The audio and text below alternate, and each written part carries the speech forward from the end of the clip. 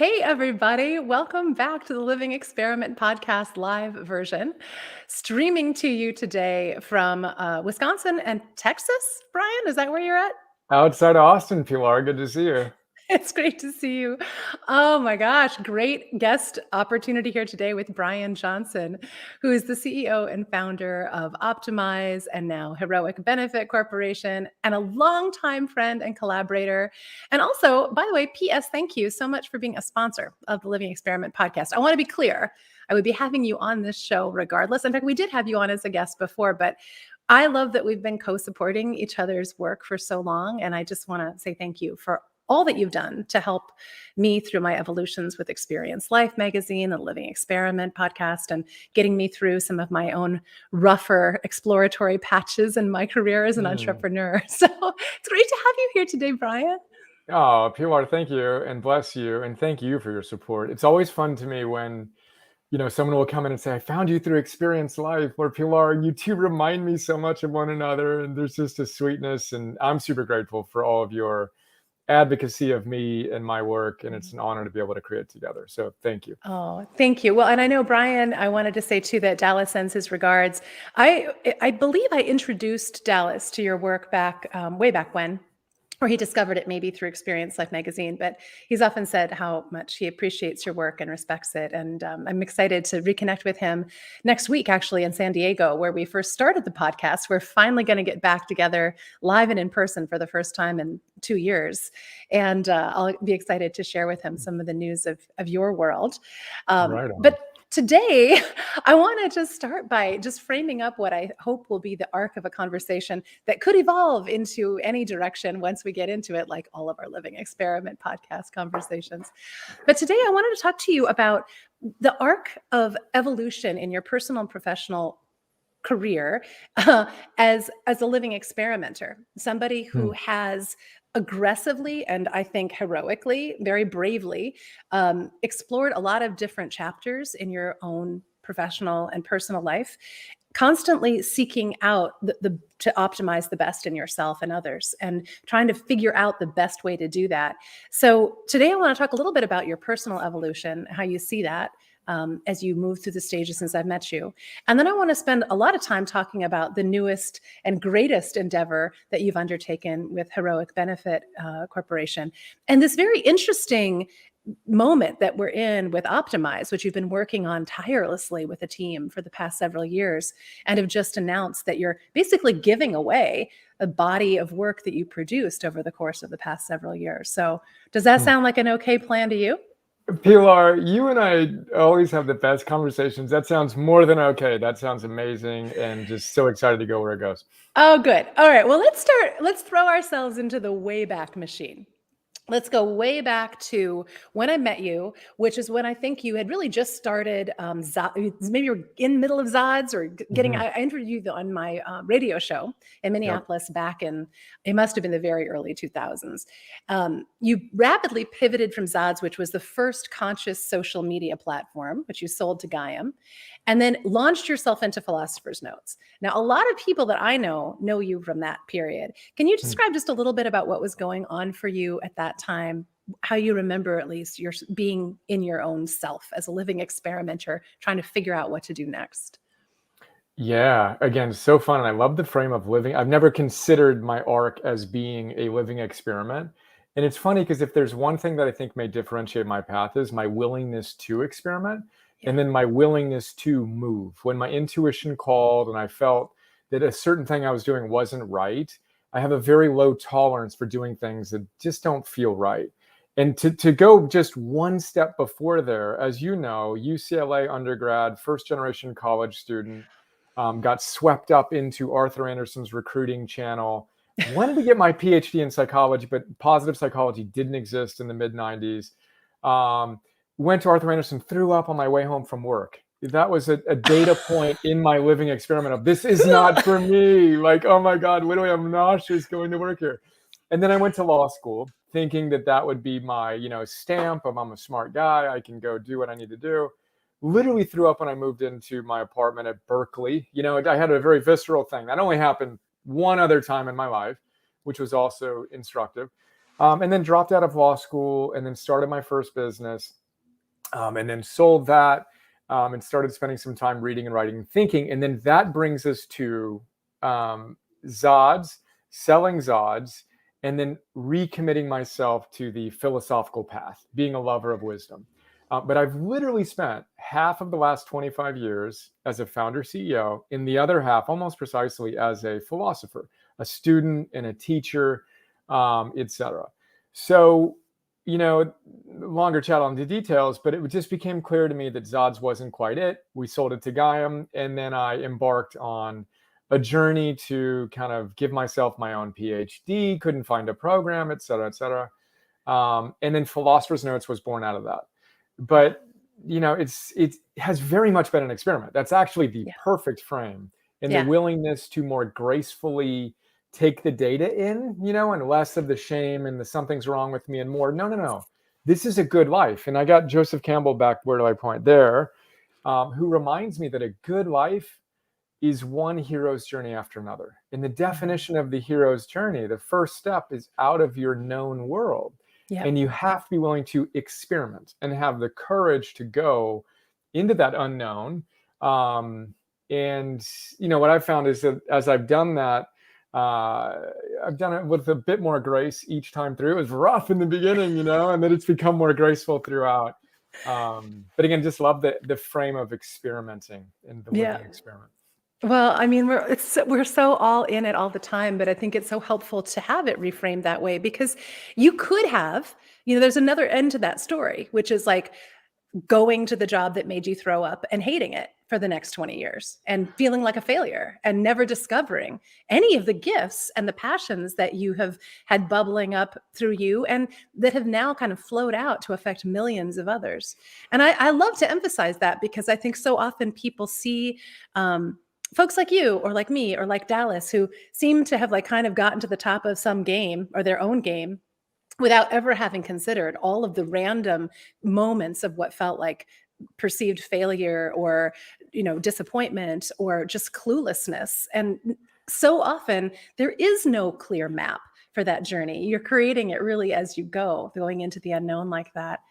So I gotta jump in there, Pilar, and let's just remove the qualifier of perceived failure. I failed, Michael Jordan comes to mind, and I won't put myself in that caliber, but I failed over and over again. And as he says in that infamous and famous Nike commercial that Carol Dweck references in her book Mindset, it's because he failed over and over again that he succeeded. Now, I was raised in a super conservative Catholic family, as you know. My father was an alcoholic. His father was an alcoholic who ended his own life. And the idea that it was okay to make mistakes and fail was completely not part of our family culture. So I suffered under the weight of that deeply, as you know. And it's been a process for me to get comfortable with approaching it as an experiment, where it's just data. It's not even a success or failure. Although I have had many failures, as you know, where I just flatly did not succeed in something and tried again. So I think the willingness to embrace it neutrally as data and with a true growth mindset, for me, changed my life the most. And it's what I try to teach our kids, 9 and 4 years old. I don't think I sent you the video yet of Eleanor. It's like a 7-second clip. So we literally teach our kids, like, there are no perfect people, and we laugh about it, right? And my son will say, yeah, I'm not perfect. I've made 10,272 mistakes already, and that's how I'm going to learn. And Eleanor, our 4-year-old, said, I'm not perfect. Nobody's perfect. And she's giggling, and it's like, yes, if we could teach anything to our kids, that's it right there. Have that I do remember mindset, Yeah. And I love that, it's almost like having a little kid say that. And thank you so much and now I remember the video you're talking about and immortalizing that moment. Because I do think you embraced, and maybe that's the public face of it, but you have embraced a kind of playfulness with your own willingness to do things and have them fail or fail faster. And I remember you being the first person who, maybe you invented the term, I don't know, called something that you had done craptastic. And I was like, should I take credit for that? I don't know. I don't know, but I love that. And, for me as a perfectionist, I think a lot of people actually who are attracted to this body of work of self-improvement and optimizing and continuous growth and learning, we do that because there is some perfectionistic aspect to our personality where we're constantly trying to make ourselves better, and it can make us cruel to ourselves, holding ourselves to these unachievable standards in some cases. And I think you and I are both a big fan of high standards and aiming high and being willing to take, to experiment in the service of growth.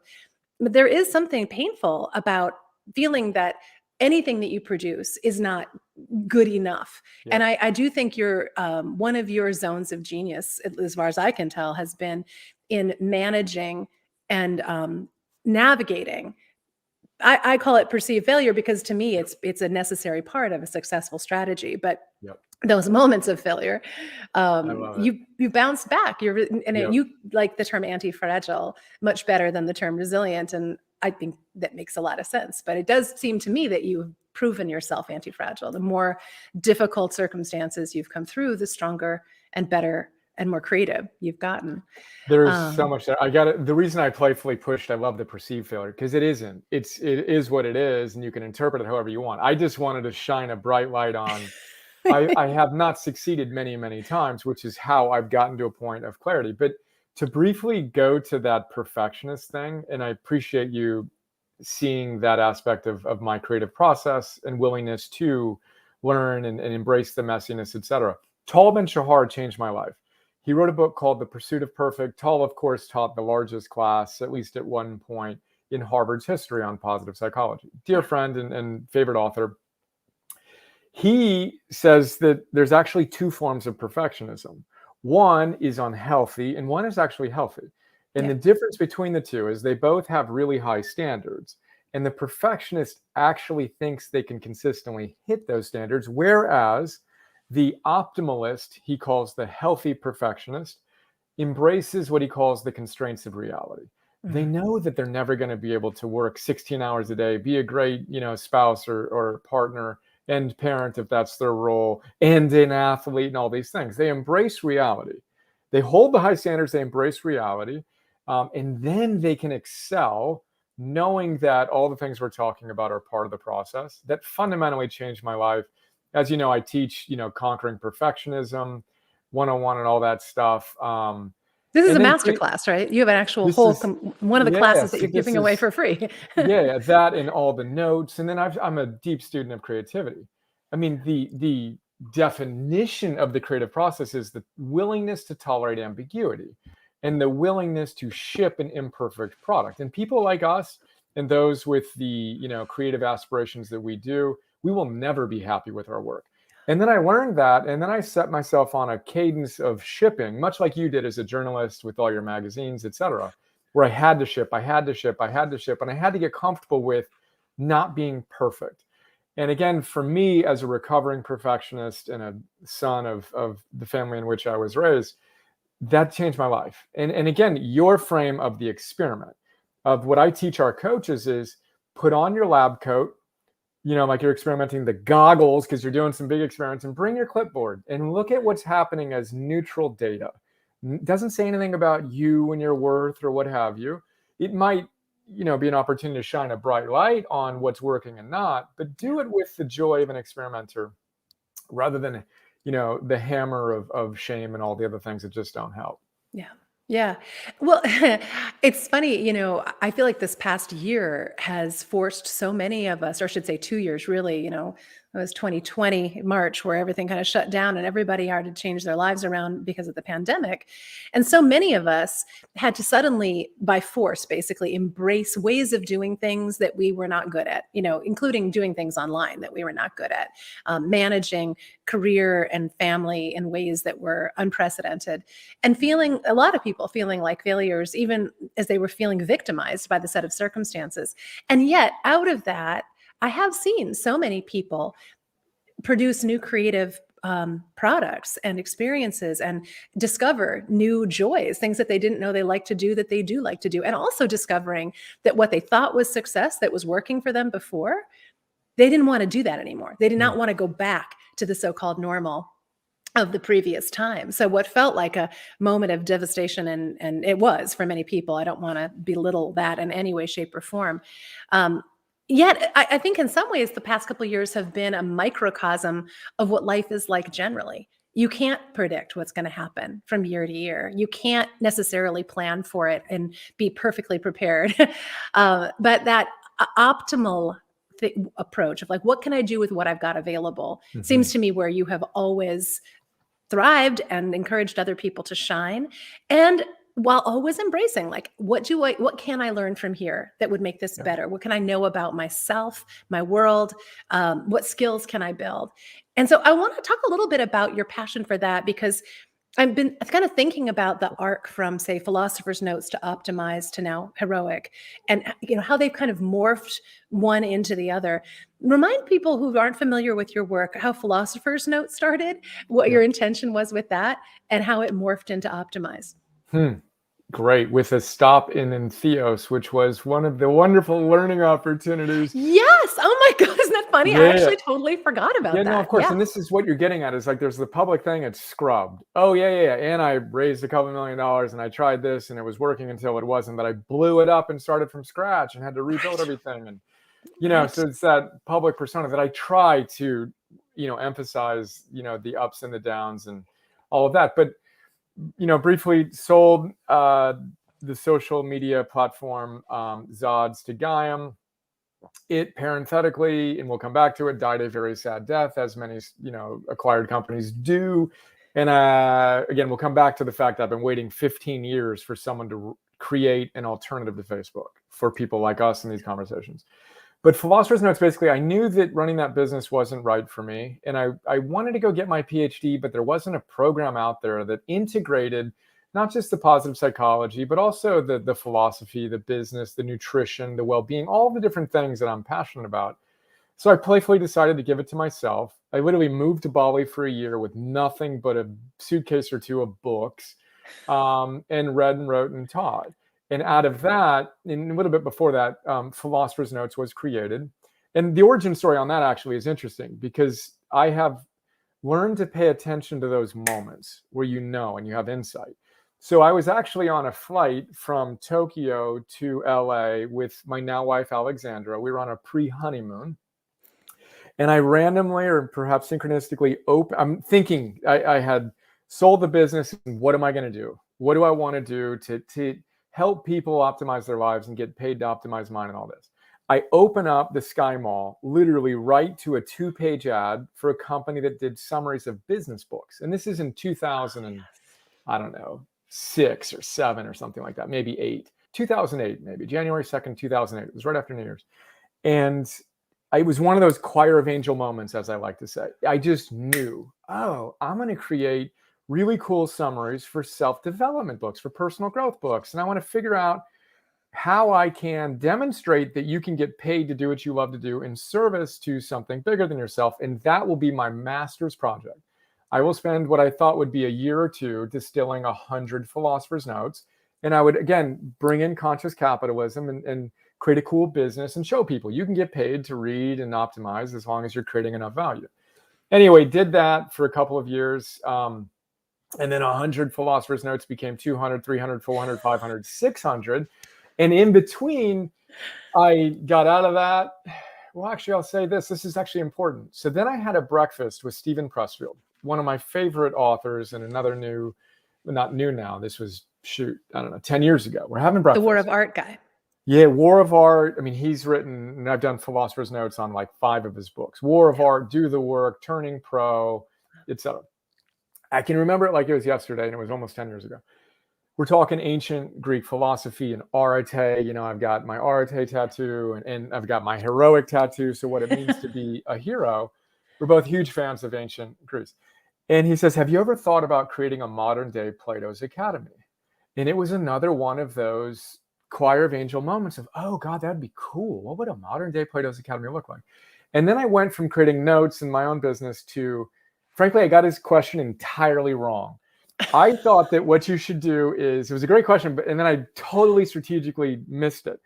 I thought that you should go out and recruit all these great teachers to come in, and we'd have a virtual academy and it would have all these teachers, which, is a good enough idea, but I wound up raising a couple $1 million for that, and it was going to have a social component. And again, long story somewhat shorter, it just wasn't going to work. And then I realized the real answer to that question was Plato didn't go out and get 50 teachers. Plato did the work, and Plato brought in students and taught. And I, again, at the risk, I'm not putting myself in that, but I needed to do the work, Yeah. which is what led from Philosopher's Notes to In Theos, which wound up being a failure or a stepping stone, to Optimize, where I blew up that In Theos business, restarted it with just me, and paradoxically, it was a lot easier to share that wisdom.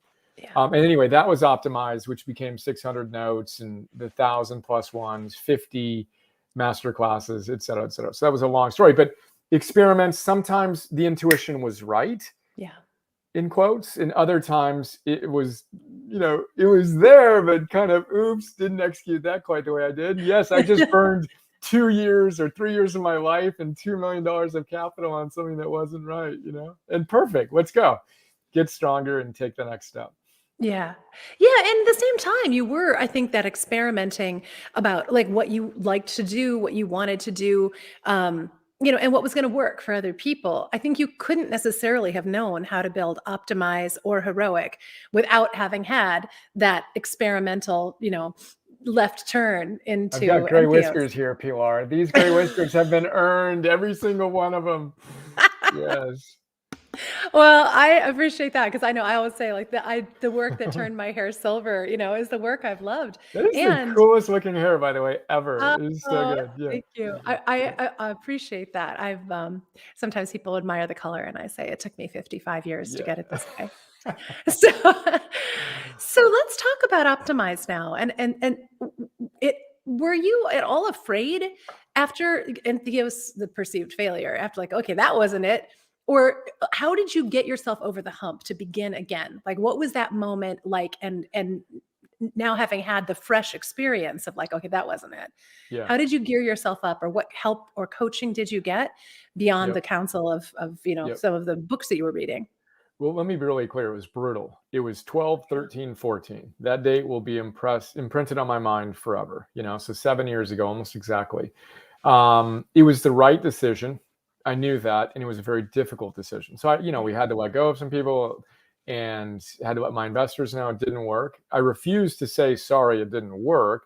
And so I basically rebuilt an entirely new business with the old cap table on it, which is, I was excited to finally, make whole and all of that.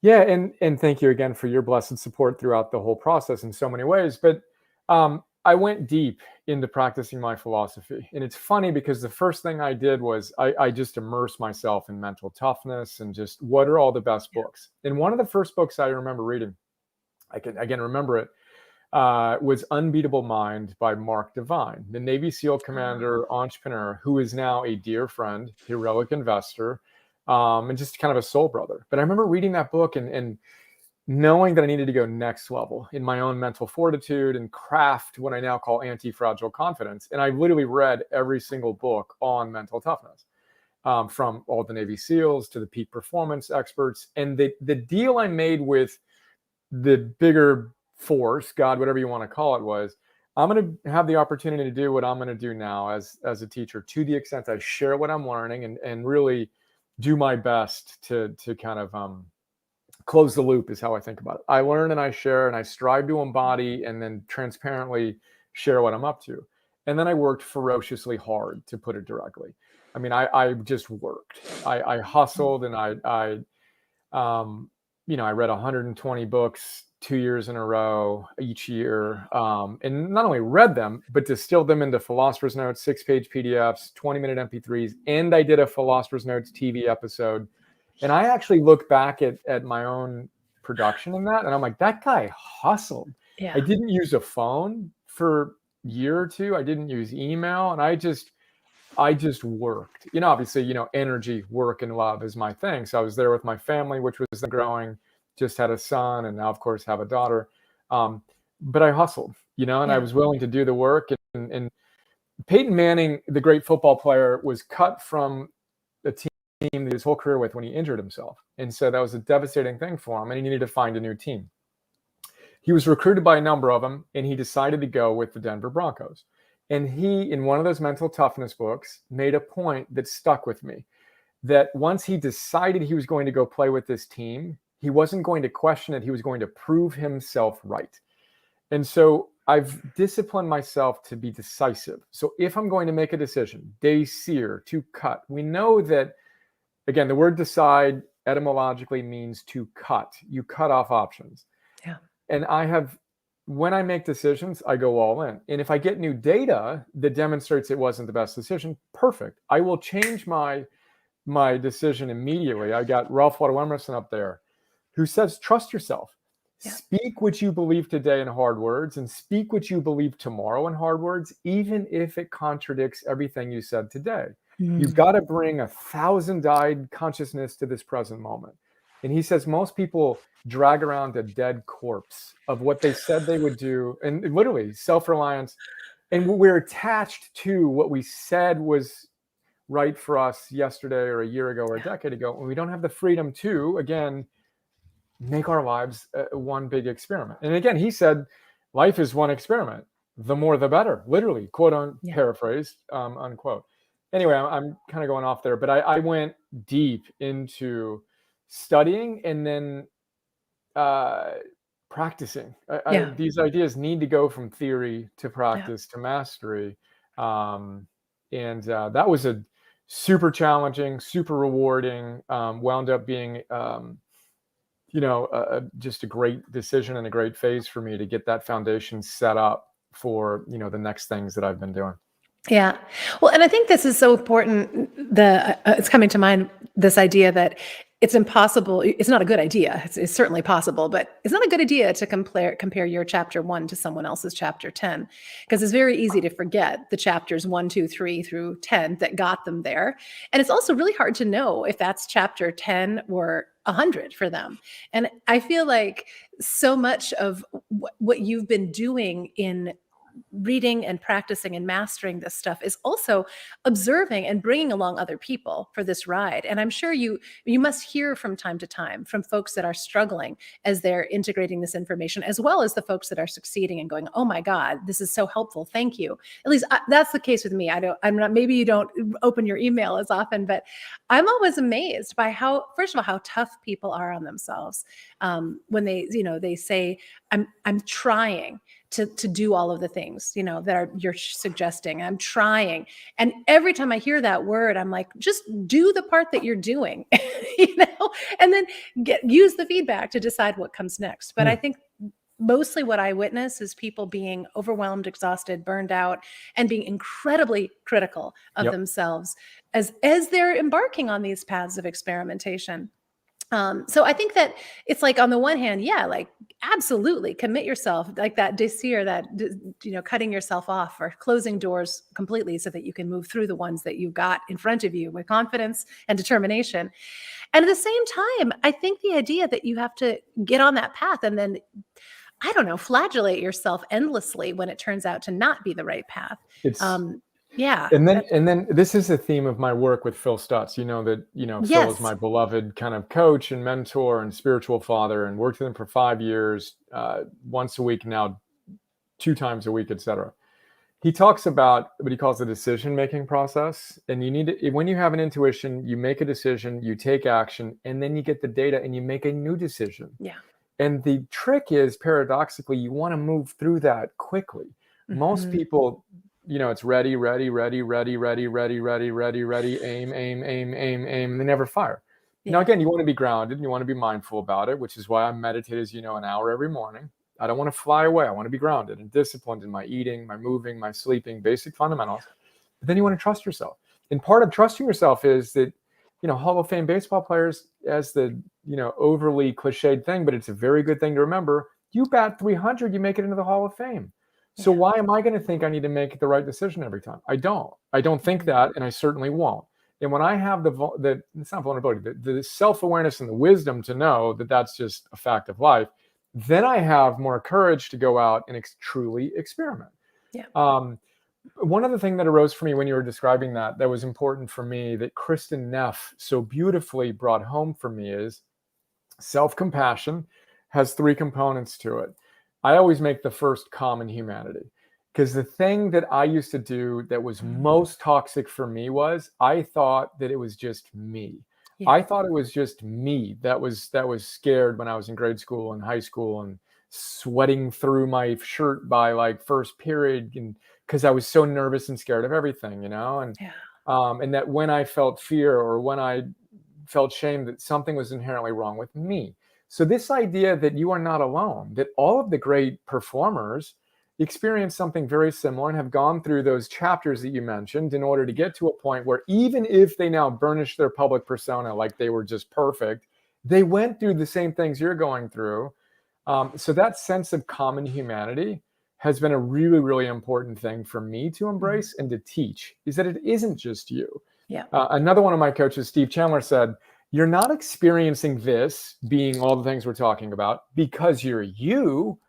You're experiencing this because you're human. Yes. And that really changed my life and gave me permission to experiment again. It was such a Yeah. perfect word. And to just show up and take the foot off the brakes a bit more and allow myself to evolve. I mean, Ray Dalio, knowing I'm saying a lot, Ray Dalio, one of the 100 most influential people in the world, according to Time Magazine, and wealthiest people in the world, founded Bridgewater Associates. He has the same looping pattern that Phil Stutz uses in the tools, he uses in his book.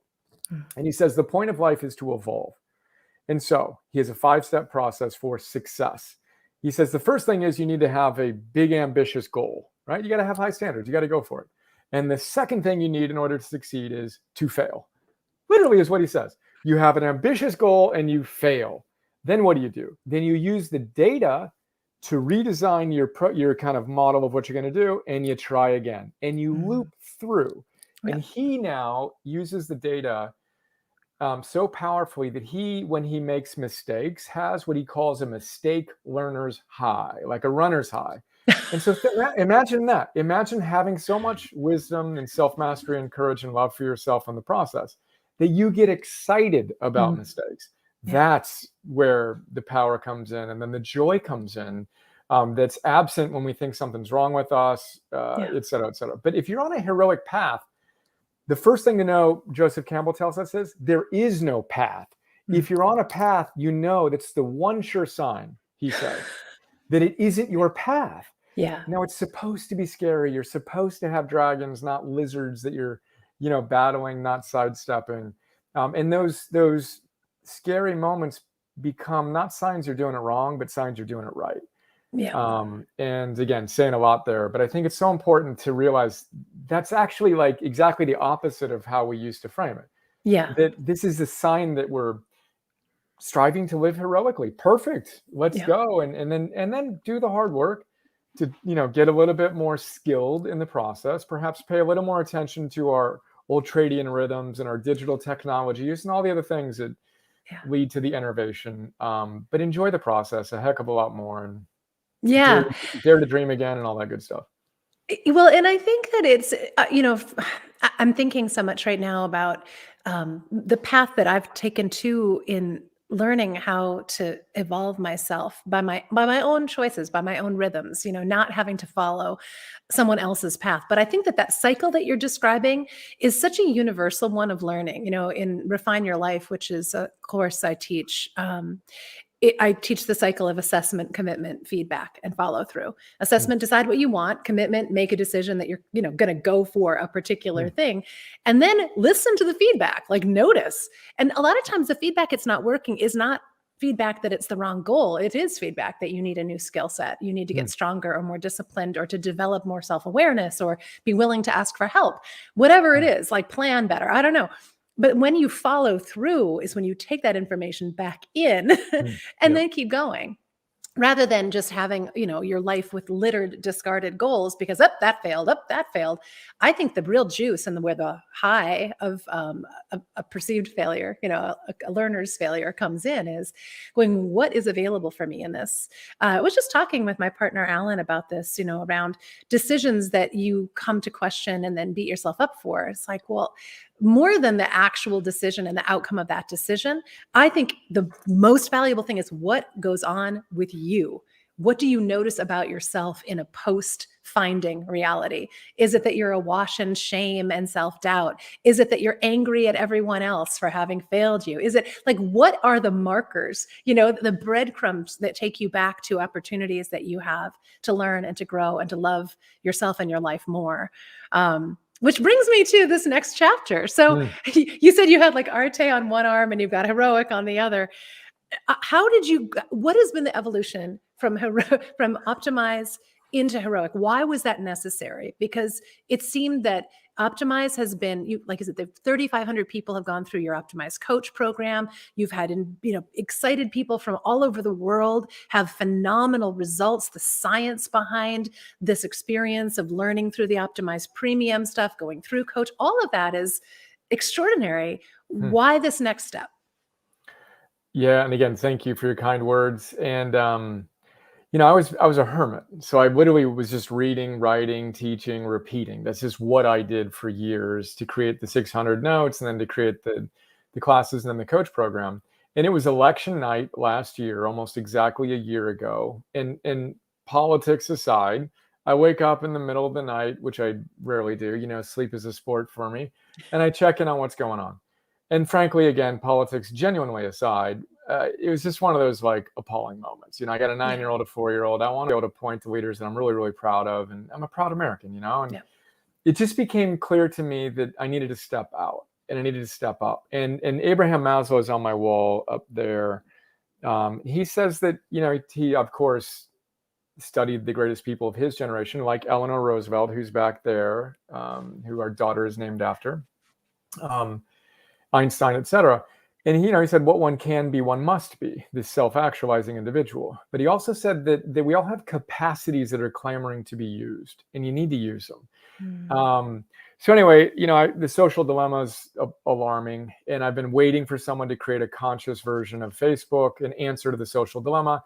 So at roughly 1:35 a.m. Central Time on November 6, 2020, Heroic was born. And it was born through me practicing my philosophy. So I literally got rocked. I don't often get rocked. It takes a lot for me to get, a little bit off center. And frankly, it was only a matter of minutes. It was like this shock of like, really? This is where we're at right now? Wow. Okay. And then my philosophy is very simple in moments like that. Oftentimes I and others can go into victimhood and get upset and kind of off center. So the idea is you want to move from victim to creator to hero. And it's a 3-step process. The first is not what's wrong, but what do I want? And we call it targeted thinking. So what do I want? And I literally wrote this down, and I wish I kept it. But I immediately wrote down, I want to see a more noble and virtuous world. And then I wrote, principally for my kids. Perfect. That's step one. What do you want? You get your focus off what's not working, and you focus it on what you want. And then follow-up question is, what are you going to do about it? And then literally it was another one of those epiphanal moments of, I'm creating a business. It's called Heroic. I just knew it. And boom, done. And we would create what we are aspiring to make an answer to the social dilemma. So you've got inhumane technology, longer chat, attention economics, etc. You got Tristan Harris's humane technology, which is a good counterpoint to that. But what would heroic technology look like? Where you use the best of behavioral persuasive design that gets people addicted to things like Instagram, etc. But you use that for the absolute best in the individual and collective humanities efforts, right? So how do we get addicted positively to virtuous acts, right? Anyway, so 3 days later, I learned that the crowdfunding regulations were changing because I was going to go out and raise some money. And the crowdfunding regulations were changing, equity financing from $1 million max to $5 million. And it was another one of those epiphanal moments. I didn't think about it. I just knew, let's be the first, we're going to be the first company to ever do that. And so fast forward 6 weeks, you never know until you have the courage to hit send on a long form letter. And before I hit send, and I have goosebumps right now, it was a big moment. I was putting myself out there, a long letter of this is what we want to do. It gets me emotional right now, like we need to train heroes, we got to create this movement where personal transformation can lead to massive social change, and put myself out there. And hey, we have a shot at making history and changing the course of it. Let's go. I get emotional right now remembering that moment almost exactly a year ago. This is December of last year. Wow. I send out this long email inviting people to support us as investors in our movement. In 24 hours, we had over $5 million of equity support. And in 100 hours, I just looked at this the other day. In 100 hours, we had over $11 million of express commitments.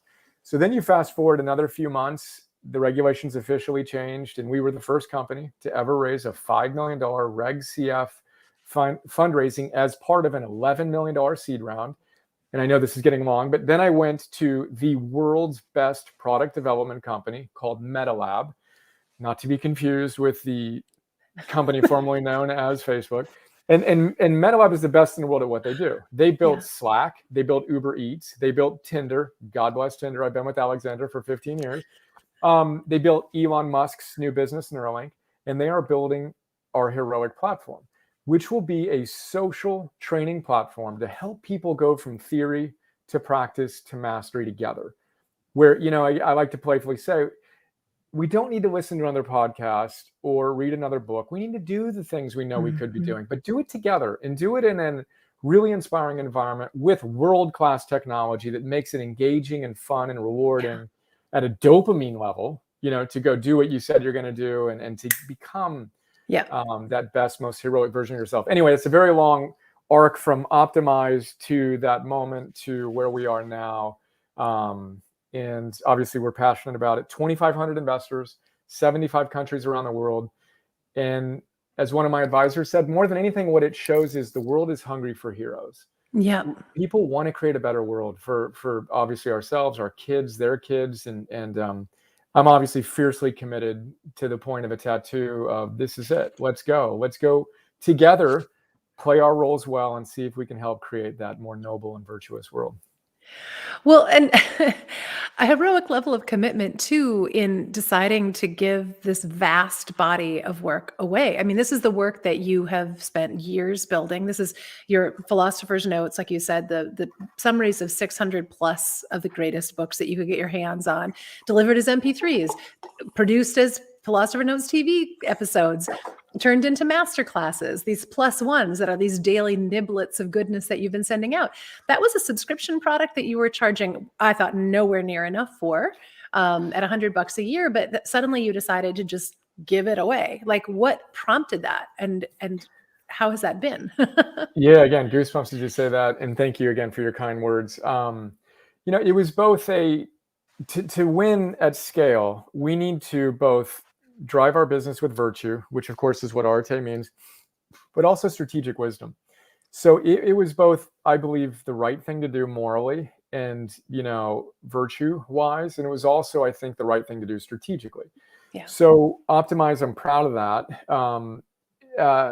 But it just became obvious to me that, we need to unlock optimize in order to catalyze heroic. So let's lead with, we've always strived to lead with extraordinary generosity, give the best to the most for the least. And we were blessed to have tens of thousands of premium members from nearly every country in the world. But it'd be another one of those, we got to do this. Let's go. This is the right next move. We unlocked it. I wanted and hoped to have 1,000 new optimizers in a day. We did that. We were hoping to have 10,000 in 10 days. We got there in 7. We've now had something like 75,000 new optimizers in 50 days before we've really done anything. Yeah. So it proved to be, a powerful prospective strategic move. And again, but the idea is from a business perspective, let's lead with a world-class kind of free offering and hopefully create relationships with people where we're truly changing their lives. They can feel the quality of the work we do and the generosity with which we strive to serve. And then invite them to join Heroic as a founding member in our, what we intend to make a world-class, as I said, social training platform, kind of like Calm meets Masterclass meets habit tracking for heroes. Whereas Nice. Calm helps you reduce your stress.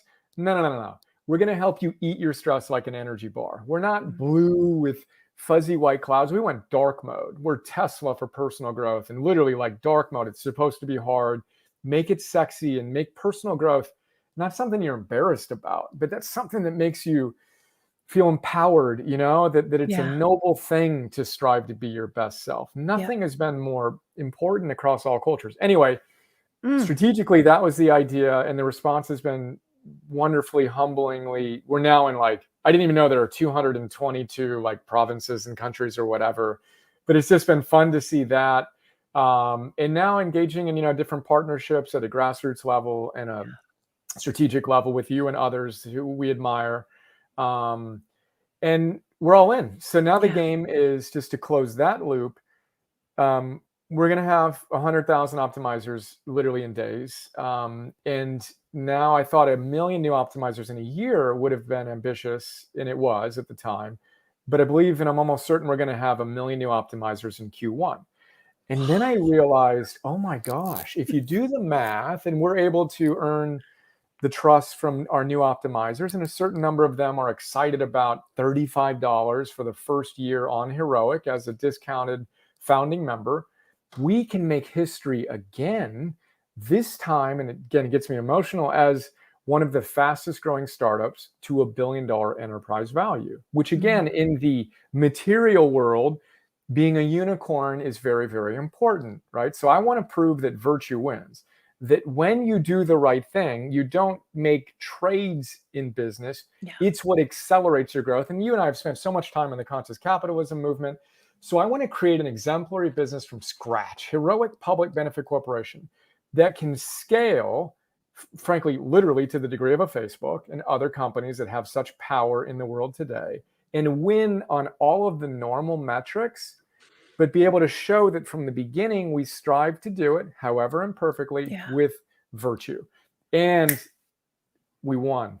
Virtue wins, So anyway, that's become the strategic opportunity, and obviously what we're all in on, and feel blessed to have your support and others to go out and let's catalyze a movement. We're unapologetically ambitious. We want to change the world. And we think we have an opportunity to, and not only an opportunity, but a responsibility. Historically significant challenges demand historically significant responses. Each of us, I believe, needs to quit looking outside of ourselves for who's going to save us. Look in the mirror. You're the hero we've been waiting for, and that isn't a cliche. It's a viscerally powerful truth. And your work and all the work of those of us who are committed to something bigger than ourselves, it's time. Let's go. Let's do the hard work. Let's embrace that it's hard work with compassion for ourselves, and go out and give the world all we got. So that's, again, a long kind of somewhat meandering overview of what we're up to and why we're so committed to it. Well, it's interesting to me, Brian, that embedded in the last couple of things you said, there were a couple points I wanted to highlight. And one was that so many people are suffering from feelings of malaise and depression and anxiety and not good enough. And we've kind of elevated diagnosing these different mental, emotional, psychological, and physical illnesses as like almost like they've taken on personalities of their own. Like people are identifying themselves as their disease states. And this is a really big problem in physical health. I'm a person who suffers from this disease has become, I am this disease. And I feel like what's happening is like going back to an earlier idea, the collective, the commonness of this experience. And the reason I talk about healthy deviance is if you're a healthy, happy person in the Western cultures, at least today, for sure in the United States, you're a freaking outlier. You are an oddball. You're an endangered species by statistical measures. So why take it on as being like, this is who I am? No, you are a product of circumstances and a product of your daily choices and habits and behaviors and perspectives. I think there has never been a better time to embrace the idea of collectively learning and growing and recovering from the circumstances we have been collectively in, and creating whole new constructs of living together, new ways of moving forward. So I have seen the evolution of your work go from it's important to know these things to it's important to do these things to it's important we do these things together to like, let's have fun changing the world by doing them together. And to me, that there has never been a more exhilarating opportunity from a personal development standpoint, from a professional development standpoint, from an economic standpoint. I think we've often talked about this, that the opportunities of business today are cleaning up in some ways and healing, regenerating from the messes that we've created for ourselves since, the agricultural revolution and before. But now I feel like what I'm hearing from people is some of them are so exhausted and burned out. I'm increasingly using the term hollowed out to Hmm. describe what I'm observing, because burnout doesn't really get at it. It's Yep. more of a soul like level. I'm empty. I don't know what I want. Hmm. I'm not sure how to do the next thing. I don't have it in me. So I think it's important too to emphasize for folks that are maybe feeling like, oh God, that sounds like way too much. That sounds like way more than I can take on. That again, it begins, it Yep. begins with the baby steps. You know, you really do have to remaster your own days before you can go out and conquer the world. And yet that is the only way we can, individually and collectively. And there's this beautiful dynamic that each of us needs to, Mother Teresa, I was raised Catholic, and that's why these heroes are up there for me. Sweep your own front porch.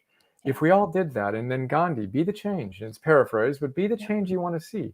And guess what? Unless each of us who are in dialogues like this do the hard work, I'm unapologetic. It's not supposed to be easy.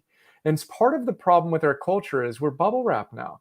We're told it's supposed to be easy. We're seduced into this, get this quick and get that quick. And I don't sell that ever. No, no, no. Now, again, you move at the proper pace. You do what needs to get done with self-compassion, et cetera. But part of self-compassion is to hold yourself to higher standards.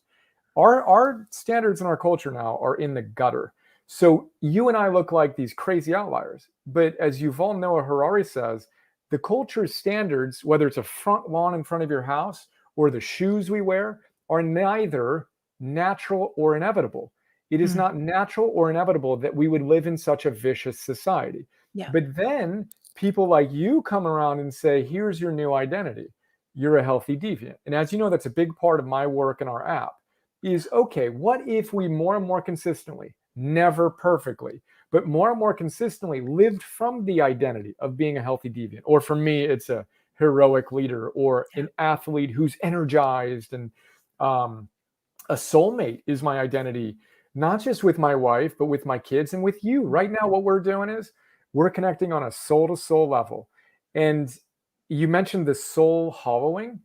Well, arete is the one word answer from Aristotle on how to achieve what he said was the summum bonum of life. The ultimate purpose of life is to live with what he calls an experience eudaimonia. Eudaimon, good soul. So within each of us right now, we have that best version of ourselves right now. And again, the science shows this. Like when you are diagnosed with something, traumatic, all of a sudden you always knew, but then you start listening to that daimon. So we want to get in the habit, and my entire philosophical framework and the entire app is architected around helping you connect to that best version of yourself more and more consistently in community with others committed to doing it. And again, it's very exciting for me, obviously, but practically, because this is how you change the world. It's one person at a time, together, starting with you and me and us who are here today. Not in the abstract, someday, today, and moment to moment to moment. Can we more consistently close the gap and express that best version of ourselves? And again, my life is arete equals heroic. When you are showing up as your best self, you don't need to wait a decade or even a year. That act of wisdom, self-mastery, courage, and love is in and of itself a heroic act. And one final thing, the word hero, it's important to define it because most people think I'm not a hero. But again, that's simply because our culture has seduced us to think that it's someone else. And these days, it's not even an Abraham Lincoln or someone noble who's actually worthy of it. It's fill in the blank, whatever entertainer or celebrity or athlete who is a pseudo hero. Oftentimes, they are noble people and worthy of emulation. Oftentimes, they are not. The word hero is an ancient Greek word. In ancient Greece, they did not pick a word for hero that meant tough guy or killer of bad guys. The word they picked was protector. A hero is a protector. A hero has strength for two. A hero is willing to do the hard work to have that strength for two. And their secret weapon, according to Plutarch, essentially, is love. What drives a hero to protect their families and their communities and their values is it's love. And so from that vantage point, I say, we all can be and must be the best, most heroic version of ourselves. And again, not someday or once in a while, but moment to moment to moment. And the act of turning off your electronics to be with your kids is a heroic act. It's a little micro moment of you being your best self. And when you string enough of those together, your confidence, your trust in yourself grows. And when we do enough of those, noble, virtuous acts in micro moments collectively, I believe, and we actually are going to set our business up on a measure. I don't know if we've talked about yet, but annual recurring virtue. Have I told you about that? No, I love it, but it's funny you should Yeah. say that because I was just going to ask you about measurements because I know that's Yeah. a big part of what you saw with Optimize was measurable change. So yeah, go ahead. Let's talk about that. Yeah, so very briefly, and I can't speak publicly yet, but we're Mhm. speaking to some of the world's leading positive psychologists. Every single thing we're going to do, we are going to have unassailable scientific data, if we do our jobs, demonstrating that when you engage in the heroic platform, we can say with unassailable scientific data, you are happier and more flourishing across your energy, your work, your love, and other important domains. So ARR, annual recurring revenue, is how most businesses run these days. And it's an important metric. So as and again, I'm imagining all the time we spent together at those conscious capitalism retreats. My favorite thing from the conscious capitalism movement, tied for first, is the idea that a healthy body needs healthy red blood cells to live. But a human being doesn't live for red blood cells, Yes. right? Now, a healthy business, very importantly, and some quote spiritual people don't get this and they need to. A healthy business needs healthy profits. Business can be an incredible force for good, and you need to run a business well. Yet, those healthy profits, as important as they are, like the healthy red blood cells, aren't enough. A healthy business doesn't live just for their profits, just like a normal person doesn't live for healthy red blood cells. It's a vehicle to a really important purpose-driven destination.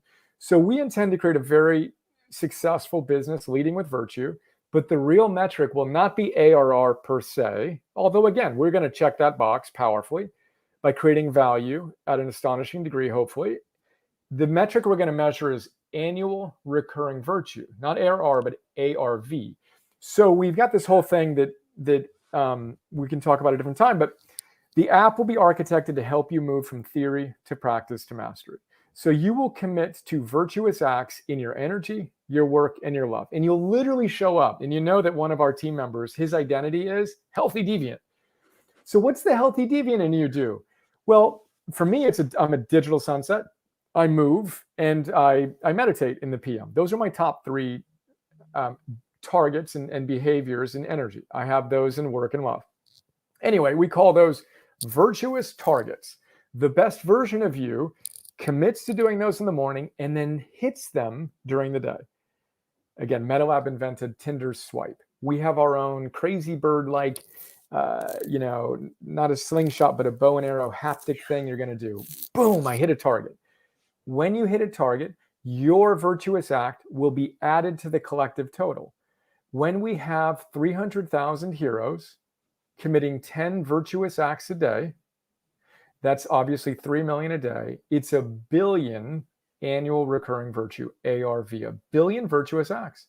Now, again, that's a modest contribution to a more noble world, but I think it's a way for us to quantify sweeping your front porch, being the change you want to see. Because my tears in my eyes, like my kids, respond to a bid from my kid. The science says that's how you have good relationships. Goosebumps. I commit to that every morning.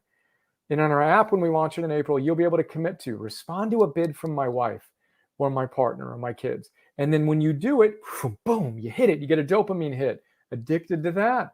And boom, you added another 10 virtuous acts. And we want science to say those who hit 10 virtuous acts a day are empirically happier than those who either don't engage or aren't even aware of the platform. Anyway, I'm saying a lot again, but that's it right there is, can we create a more virtuous, noble world, one virtuous act at a time, and not by somebody else, but by you and me. And the numbers get so real so fast that it's exhilarating. And the home screen will literally be a counter of that. So you'll be able to see how many you've hit, but how many we have hit together while supporting one another and doing, private celebrations and all those sorts of things. I love it. It's so fun, after all these years, you and I always do things in such different ways and different flavors, but I feel like we're always kind of also doing the same thing, and for me, it's been really interesting in Healthy Deviant You, which is my ongoing program, to see how that has worked out. Like people individually making these changes and measuring, very unscientific self-assessments about how they're feeling, what they're doing. But that feeling of like, this is making a difference, I'm making a difference. And then people getting together and recognizing the difference that they're making for themselves and each other, the collective sense of we're doing it together.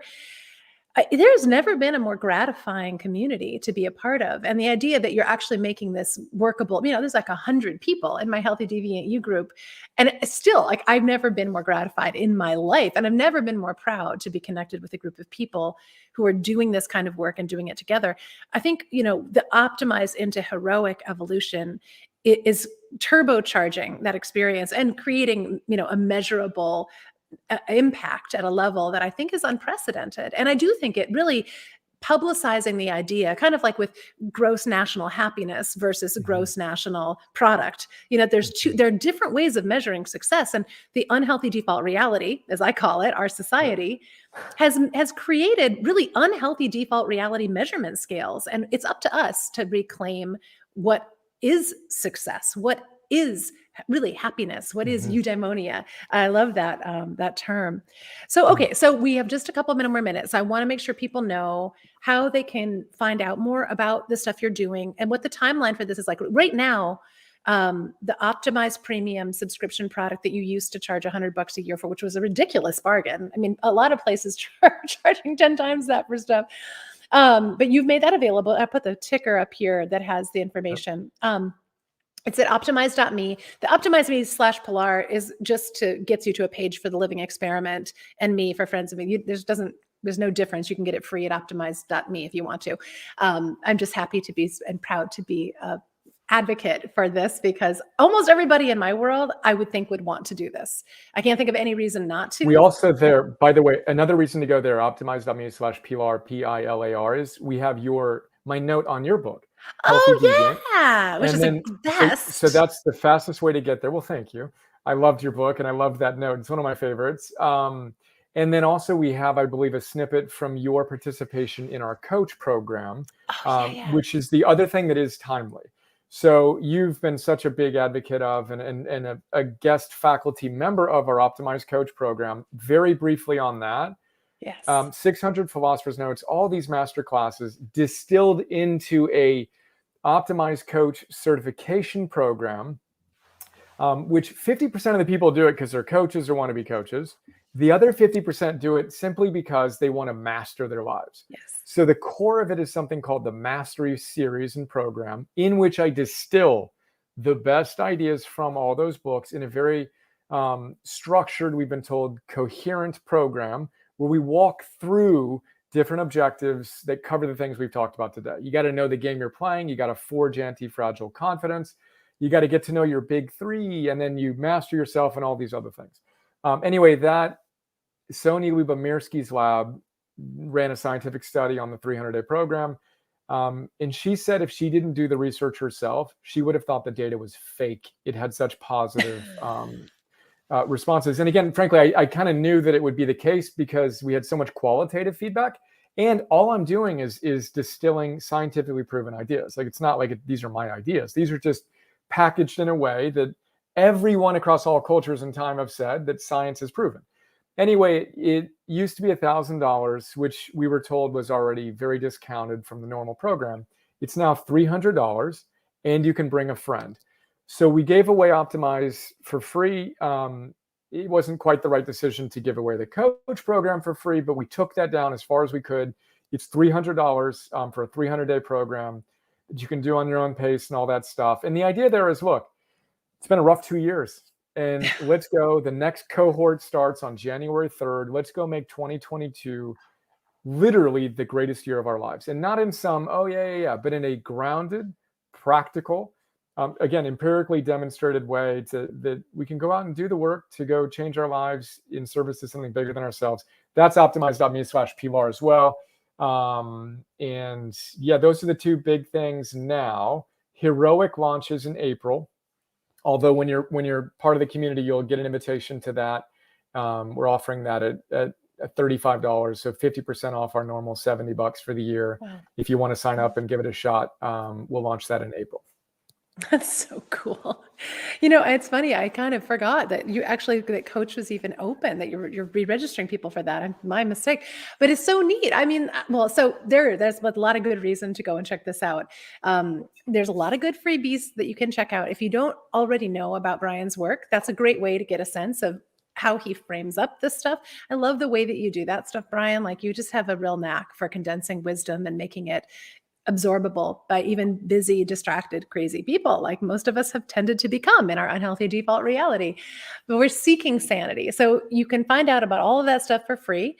And then I encourage you, if the idea of engaging in an organized, forward progress, supported, community-oriented experience appeals to you, and if you want to like turbocharge your evolution in all of this, then the Optimized Coach program, I've heard wonderful things about. It's interesting. A bunch of my friends and colleagues have been in that program and said just amazing things about it. Some of them I think are in Healthy Deviant U and in Optimized, which is kind of shocking to me. I don't know that I would sign up for both of them at once because I'm like, oh my gosh, like fire hose. But boy, that scientific data does not lie. And I'm not surprised either. Like you said, you put a bunch of parts that work together thoughtfully, they're going to work even better. And I can't wait to see, the next evolution of your experiment, Brian, with Heroic. Clearly, you're fairly committed to it, given that you've now tattooed that on your other arm. You're running out of arms. So this is going to be a big one. Get this legs. Oh, it's so great. Okay, so no, we're good. I promise, Alexandra, no more tattoos. We're done. Okay, that's fair. Thanks for that. Yeah, I've gone with the facial tattoos. I'm always talking friends out of doing that. Well, it's a lovely pleasure to talk to you as always. And I want to remind folks too, we continue to advocate for whatever programs and processes help you move forward in your own experiment, discover the next step in your own Healthy Deviant hero's journey or healthy anything journey. But remember this idea that it is experimenting and that is in itself a heroic act. Finding our way out of the prescribed, predictable, pretty much miserable paths that are set in front of us as automatic defaults does require that initial decision to, like, today, do it differently. Sign yourself up for something that will work better. You're worthy of it. And I think I just might have lost Brian's signal, but thank you, Brian. It was so great to be with you, and I'll look forward to connecting with you again soon. Other folks, we always end every episode of The Living Experiment with a recommended experiment. You can guess what today's experiment will be. I think Brian and I would both go in double to check out the Optimized Premium program that's free, available at optimize.me, Pilar. And or if you're feeling like you're more, you're ready to go, you want to make significant changes in this coming year, then go check out the Optimized Coach program. Get yourself to be part of that scientific success story, that result that is continuing to just grow around the globe. And I look forward to seeing you soon. Happy experimenting, everybody. Also a reminder, before I forget, Dallas and I are getting together next week in San Diego to record 3 at least new episodes of The Living Experiment live in person together. And we'll be releasing those in the early part of 2022. Also a reminder that I have a Refine Your Life free mini workshop happening on January 8th. And I don't have a link that I can share with you for that, but I will be posting that in all of my channels. So make sure you are following me on Facebook and check out the show notes or the post for this particular episode, and I'll get it in there too, along with the links that we've talked about today. All right, everybody, happy experimenting.